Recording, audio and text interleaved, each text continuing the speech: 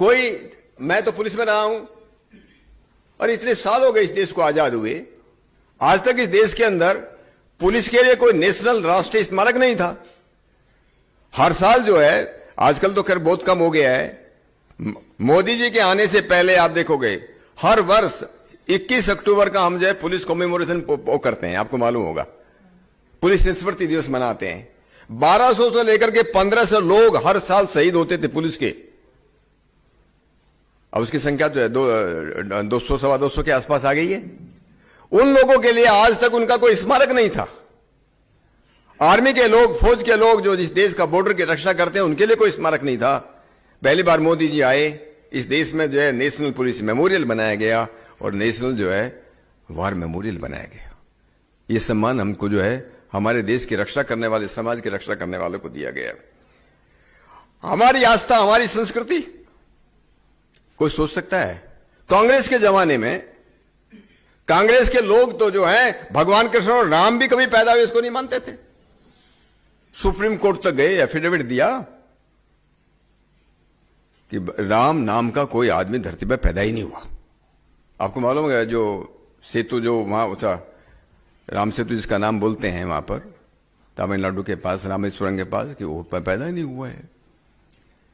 कौन सोच सकता है सोमनाथ के मंदिर का जीर्णोद्धार होना था। हमारे पहले जो है हमारे जो राष्ट्रपति थे डॉक्टर राजेंद्र प्रसाद जी, वहां की कमेटी ने उनको बुलाया, गुजरात के सोमनाथ कमेटी ने। इसी देश के पहले प्रधानमंत्री, कांग्रेस के प्रधानमंत्री पंडित जवाहरलाल नेहरू ने देश के राष्ट्रपति को चिट्ठी लिखी कि आपको नहीं जाना चाहिए। आज ऐसे कोई सोच सकता है? चाहे विश्वनाथ धाम बना हो, जो उज्जैन का महाकाल की बात आई हो, हमारे जो आस्था के जो केंद्र हैं, हमारे इतने बड़े बड़े कुंभ के मेले लग रहे हैं, जगह जगह जितने बड़े हमारे आस्था के केंद्र हैं, हम आप कोई भी हो, हिंदू हो, मुसलमान हो, कोई भी अपने धर्म को जो स्वतंत्रता से मना सकता है। हमारे तीर्थों का जिस प्रकार से विकास हो रहा है, ये कोई सोच नहीं सकता था। भारतीय जनता पार्टी के शासन से पहले इस बात की कोई नहीं सोच सकता था कि ऐसा हो सकता है कभी इस देश में। हम लोगों ने सो कॉल्ड, जिसको हम सेकुलरिज्म को जैसे बोलते हैं, सेकुलरिज्म को हम लोगों ने क्या बोल दिया, उसको धर्म निरपेक्ष बना दिया। पंथ निरपेक्ष था, इस पंथ निरपेक्ष को हमने धर्म निरपेक्ष, हम धर्म निकाल दिया। अरे धर्म तो सबके लिए है, राष्ट्र धर्म है, पत्नी धर्म है, पुत्र धर्म है, शरीर का धर्म है। धर्म को कौन उसको बदल सकता है? और उसके साथ जैसे मैंने कहा था, किसानों की बात मैंने की। महायुति सरकार ने फैसला लिया कि किसानों से जो है बिजली का बिल जीरो, अपना जो है ट्यूबवेल चलाइए, जीरो लिया जाएगा। 6000 जो है सरकार, केंद्र सरकार दे 6000 यहां पर दे रहे हैं। बीज से लेकर के बाजार तक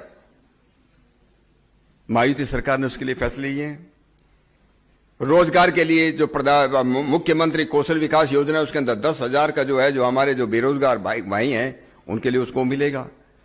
ये इस प्रकार की जो योजनाएं हैं, पोर्ट, एयरपोर्ट, हाईवेज, कितनी अच्छी को रोड आपने बनी है। मेरे पास इतना है, किसानों के लिए सिंचाई की बात हो, इतने काम अपने महायुति सरकार ने पिछले 2-2.5 वर्षों में किए हैं। और पिछली सरकारों में, जब पिछली सरकार थी यहां पर, महाअघाड़ी सरकार थी, कितने हमारे प्रोजेक्ट, मुंबई शहर के अंदर देखो, हमारे जो मेट्रो के जो किस प्रकार से उसको बंद किया गया। जगह जगह कई हमारी स्कीम जो थी भारत सरकार जो लाई थी, और इन्हीं लोगों के कारण जो है महाराष्ट्र से कई जो बड़े बड़े हमारे जो प्रोजेक्ट थे, वो महाराष्ट्र छोड़ करके जो है दूसरे स्टेट में चले गए।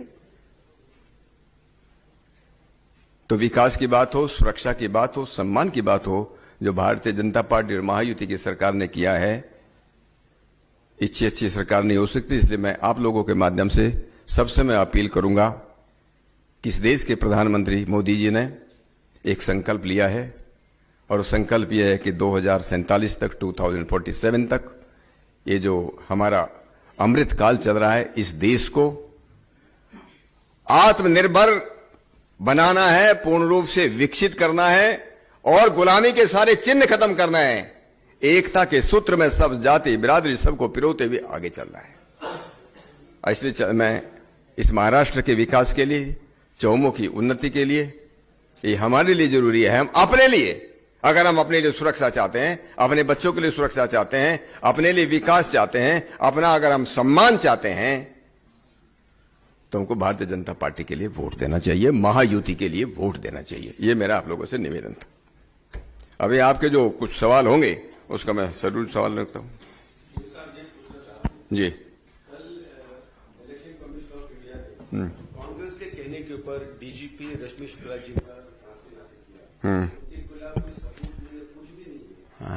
कांग्रेस का जो प्रेसिडेंट है तो चिट्ठी लिखता है इलेक्शन कमीशन उसको मान के रिकॉर्डिनेशन करता है, ये सही किया है। देखिए, मैं इस बात को मानता हूं, ये अनफॉर्चुनेट है, दुर्भाग्यपूर्ण है कि एक सर्विंग डीजीपी को इलेक्शन कमीशन ऑफ इंडिया ने, क्योंकि ऑपोजिशन पार्टीज ने इस बात के लिए कंप्लेंट की थी, वो आरोप सही है कि गलत है, लेकिन इलेक्शन कमीशन ने किस महाराष्ट्र के अंदर फ्री फेयर इलेक्शन हो, किसी को कोई डाउट न हो, इसलिए उनका जो है ट्रांसफर किया गया है। ये दुर्भाग्यपूर्ण है महाराष्ट्र के लिए कि एक डीजीपी का इस प्रकार से जो है ट्रांसफर के मतलब बात करना, यह भी दुर्भाग्य, इससे भी ज्यादा दुर्भाग्यपूर्ण महाराष्ट्र के लिए यह है कि एक सर्विंग गृह मंत्री के खिलाफ इस प्रकार एक सर्विंग पुलिस ऑफिसर ने कंप्लेंट किया हो और वह भी भ्रष्टाचार के आरोप लगाए हैं, उससे भी बड़ा दुर्भाग्यपूर्ण है।